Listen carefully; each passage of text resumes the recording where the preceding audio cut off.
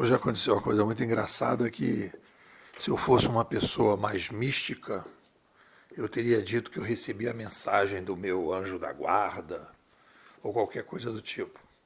Eu tenho um despertador, sexta-feira, eu acordo mais cedo porque tem que fazer o resumo da semana para os alunos. E aí eu boto o despertador e o despertador que eu tenho, ele sempre coloca uma frase. E eu já tinha escolhido uma frase, por incrível que pareça, do Shakespeare, para o artigo. E aí eu já estava acordado, já estava trabalhando, e aí tocou, e aí eu vi a frase. Eu falei, cara, que frase melhor. Essa frase é muito melhor do que a que eu botei. Olha a frase que veio no despertador. Sabemos o que somos, mas não o que podemos ser. Vou repetir para vocês. Sabemos o que somos, mas não o que podemos ser. Eu vou analisar essa frase para falar do tema do artigo, que é o terceiro eu. Outro dia o Renato aqui na escola falou, pô, o que é esse terceiro eu? É uma construção nova que eu estou fazendo, faz parte dessa nova linha de pesquisa, que é uma metodologia de originalização que serve para qualquer pessoa, porque todo mundo pode se originalizar, mas em particular para um tipo específico de perfil, um perfil específico que tem na sociedade, que eu já chamei de inquieto e inovador, e agora eu estou chamando de disruptivistas. Vou repetir, disruptivistas, que faz uma contraposição aos incrementalistas. Os disruptivistas são aqueles que ajudam a sociedade a resolver problemas, revendo padrões, paradigmas, criando coisas que não estão no senso comum, que vem de fora para dentro. É o pessoal do Off-Broadway, né? Muito bem. Então achei essa frase espetacular. Então, a primeira coisa que a gente tem que entender é que o Sapiens é uma espécie, é a única espécie que pode se originalizar. E aí eu queria só fazer, dentro dessa linha, pegando essa frase do Shakespeare, aproveitar para falar disso. Sabemos o que somos. Na verdade, isso é uma ironia. Porque o que a gente vai trabalhar, e aí eu estou chamando isso de primeiro eu, o primeiro eu é a formatação. O ser humano, ele nasce, você imaginar um animal qualquer, ele nasce, né? Eu tive aqui a experiência de um casal de cavalos que teve um potrinho, uma potrinha, na verdade, né? Então, ela saiu da barriga da mãe, e ali rapidamente já estava em pé, e rapidamente já estava comendo. E nos primeiros meses, ela não saía do lado da mãe. E aos pouquinhos ela foi se afastando. Eu tive essa oportunidade de acompanhar. O ser humano não. O ser humano, como é uma espécie muito mais social, ele tem uma jornada enorme para poder viver na sociedade. Ele tem uma formatação, ele precisa ser formatado. Esse é o nome, não é educado, é formatado. Ele precisa se colocar dentro da estrutura da sociedade. Ele precisa aprender a andar, que demora um tempão, geralmente um ano. Ele precisa aprender a falar, ele precisa aprender a se posicionar, ele precisa ter uma série de muita coisa para ele poder ser formatado. Então essa formatação, que é feita basicamente pela família, né? Essa formatação é o primeiro eu.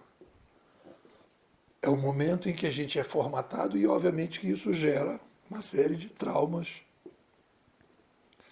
porque a gente precisa combater uma série de emoções, né, coisas assim que, digamos assim, instintivas, para você dizer, não, meu filho, não bota o dedo na tomada, não faz isso, não faz aquilo, não fica perto da janela. e uma série de outras coisas que para você poder. Aí eu diria que o primeiro eu vai até o momento que a pessoa vai escolher uma atividade profissional em que ela vai começar a tentar viver por conta própria. Então é a passagem da mesada para uma remuneração, seja um salário, seja fruto do seu trabalho. Então, naquele momento que ele começa a escolher uma forma de receber o seu dinheiro, ele está criando a sua sobrevivência. Aí então ele começa o processo do segundo eu. Meu filho, você vai ser advogado. Não, eu quero ser médico. Meu filho, você vai ser médico. Não, eu quero ser advogado. Estive na dermatologista essa semana e ela me disse, eu perguntei, você está feliz sendo médica? Ela falou, não, eu queria ser arquiteta, mas meus pais, que são médicos, acabaram me influenciando para ser médica. Mas mesmo assim eu estou satisfeita. Eu sempre acho que se ela tinha essa vontade, é sempre uma coisa que vai perseguir. Então ela não conseguiu sair do segundo eu. O segundo eu dela continua muito fortemente influenciado, né? Beleza. Então naquela hora que você escolhe o segundo eu, você então é mais... O segundo eu é como se a gente tivesse assim, aquela fase do não.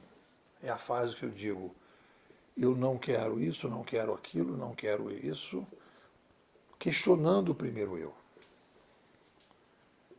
E aí você entra numa outra etapa, que seria a terceira etapa. E aí você então tem que fazer a escolha pela originalização. E aqui eu digo que a gente tem duas escolhas existenciais que todo mundo passa. Eu quero entrar numa jornada de originalização, ou eu prefiro caminhar numa direção mais Zeca Pagodista. E isso não tem nada a ver só com os disruptivistas, né? A jornada de originalização do disruptivista é mais disruptiva. E a jornada de originalização de um incrementalista é mais incrementalista. É mais incremental. Mas os dois podem ter jornadas de originalização. Aonde você vê a diferença, Nepô? É no momento que a pessoa escolhe, dentro de todas as atividades do segundo eu, num determinado momento, ele faz uma escolha de um problema-foco. Ele diz, eu vou perseguir esse problema-foco, seja ele incremental, seja ele disruptivo. E aí então você tem o terceiro eu. O terceiro eu, ele é aquele que revê o segundo, entra num problema-foco, e então começa a ter uma missão que ele escolheu, que ele vai deixar a sua pegada. É isso. O que vocês dizem? Bom, pessoal, estamos terminando aqui a nossa 7ª temporada e entrando na 8ª. E agora eu estou com uma promoção interessante para quem não quer ficar fazendo parte da escola, mas quer ter o acesso a todos os áudios internos da escola produzidos nesse semestre agora, no início do ano de 2022. Então, se você quiser, você vai entrar no Telegram e vai ter todos os áudios, tanto os externos quanto os internos. O preço, R$100. Você vai poder ficar nesse grupo até dezembro, ouvindo tudo, ouvindo os áudios externos, ouvindo os áudios internos, e pode fazer um roteiro para acompanhar a jornada bimodal, em que a gente nesse semestre falou muito sobre originalização e também aprofundando a narrativa sobre o digital. Estou te convidando, me manda um zap, 21 99 608 6422. Vou repetir, 21 99 608 6422. Nepô, eu estou querendo acessar os áudios da 7ª temporada. Como é que eu faço?